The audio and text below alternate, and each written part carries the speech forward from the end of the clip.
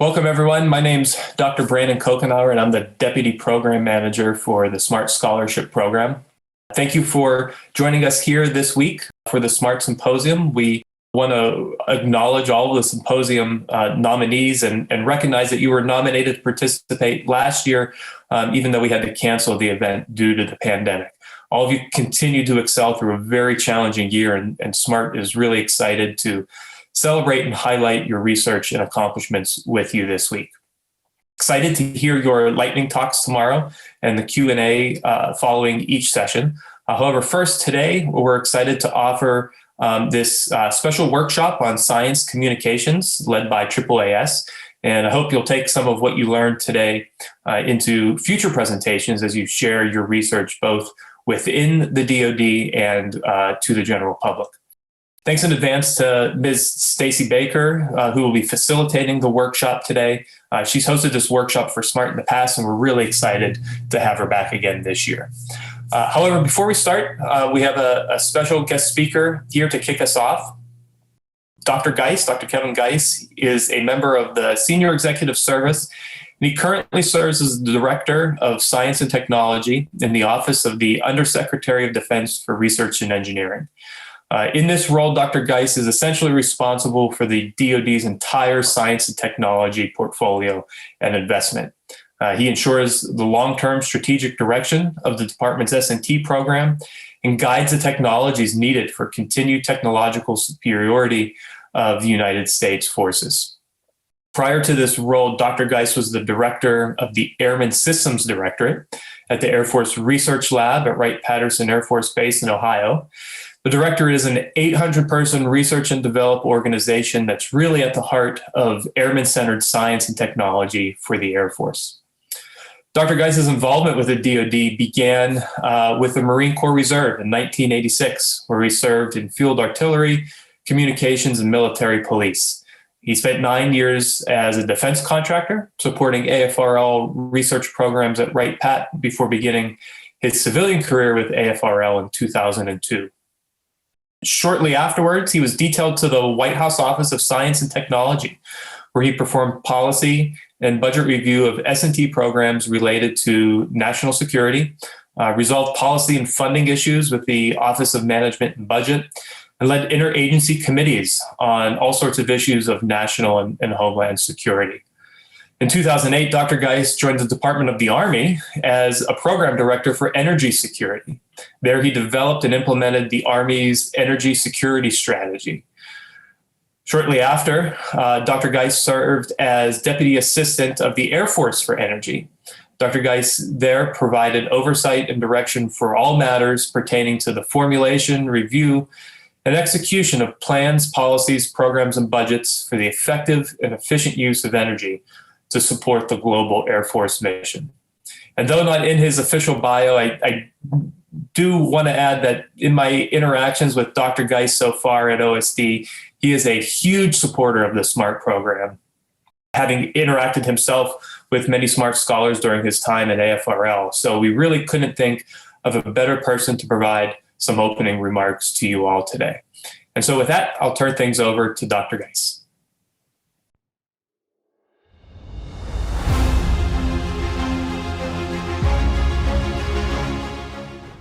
Hello, and welcome to all of you here at this year's SMART Symposium. My name is Kevin Geis, and I am the Director of Science and Technology at the Research and Technology Office for the Department of Defense. I'm pleased to be here today, not only because I've had tremendous experience in working with SMART scholars in the past, but also I believe in the tremendous future that you all have, as well as the opportunities that will come your way as a part of the defense research enterprise. I'm also pleased to welcome the Junior Science Humanities Symposium national winners to this year's SMART Symposium. I've had some experience also with the JSHS and providing remarks and representing the Department of Defense at previous meetings that you all had to recognize your annual winners. The part of the Department of Defense that I belong to is responsible for establishing, promoting, and ensuring that the priorities of the military and all of our services are reflected in the science and technology that we pursue within the Department of Defense. My office includes leaders for basic research, where we do a lot of outreach to academia, to universities, and to develop students. We also do research on the development of platforms and weapons, aircraft, ships, submarines, as well as a whole array of satellite technology and directed energy technology. But one of the most important things that we do is our engagement with the development of the future workforce. And that's through STEM, whether it be with engagement with K through 12 education, or with undergraduates like some of you, or even graduate students, and encouraging them to pursue the science and engineering fields to help to develop our future workforce, to come in and support the Department of Defense, both as government employees, but also through careers that might lead you to industry or academia. Another exciting realm that we participate in from the Department of Defense is partnering with organizations outside of the department. And that includes our federally funded research and development centers, our university-affiliated research centers, and partnering with small and large businesses all across the country. And I'm excited to see how you, through your careers, will work on those hard problems to help us achieve the capabilities that we need as a nation to ensure we are competitive against potential threats that we may face.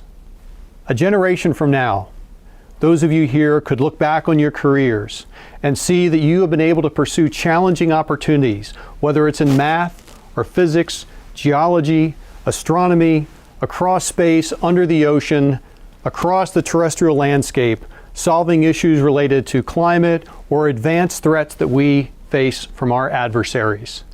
And I'm excited to see what that future is going to bring for you. But I also want to communicate to you today that that future can be broad, that you don't necessarily have to be stuck in one particular area. And I want to talk about my journey just a little bit, and perhaps that can be an example to you of how you can take what you know in one domain and apply it to another. When I started my undergraduate career, I was a chemistry major.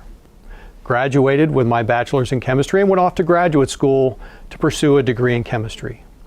But along the way, back in the early 90s, I began to become interested in this emerging field of molecular biology. I was interested in what was happening at the molecular level between molecules that interacted with the genes inside the cells, and then how that played out and influenced the biology. So I took that chemistry knowledge and applied it to molecular biology. And I got my first job working as a contractor in the defense laboratory, looking at how chemical exposures could impact the health and safety of our warfighters, and applying that chemical understanding, that genetic understanding, to how that impacted safety. As I worked in that field, I then also became interested in how we could utilize computational tools, utilize software to make predictions about how those chemicals interacted with the biology and humans. And ultimately got my PhD working on that very topic, understanding what we call toxicology, the adverse impacts of chemicals on humans, as we develop new and advanced chemicals to support our weapon systems. That degree, though, was actually in the Department of Zoology, because in order to do those studies, I needed to use an animal model. So that progression led me into another scientific domain.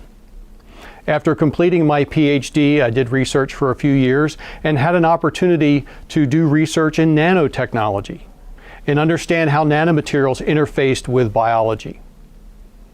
After being a scientist in the laboratory for the number of years, I went off to do policy work. I went to the White House and the Science and Technology Policy Office for a few years and had an opportunity to see how across the federal government we were pursuing new and emerging areas of science and technology to solve the most important problems and challenges for our nation.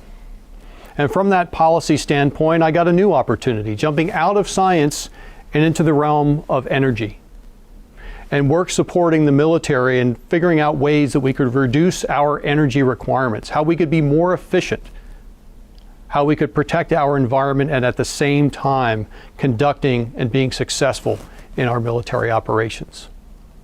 After working that for a few years, I came back to the laboratory, not as a scientist, but now as a director. And my job was to ensure that our scientists had the funding and resources to do the work that we needed to do for the military.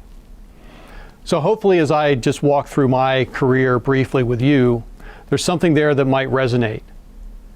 But a few things that I want to tease out from that. The first thing is follow your passion. Louis Pasteur said that opportunity favors the prepared mind. As I look back on my career, as my mind was prepared for new opportunities, those opportunities came along.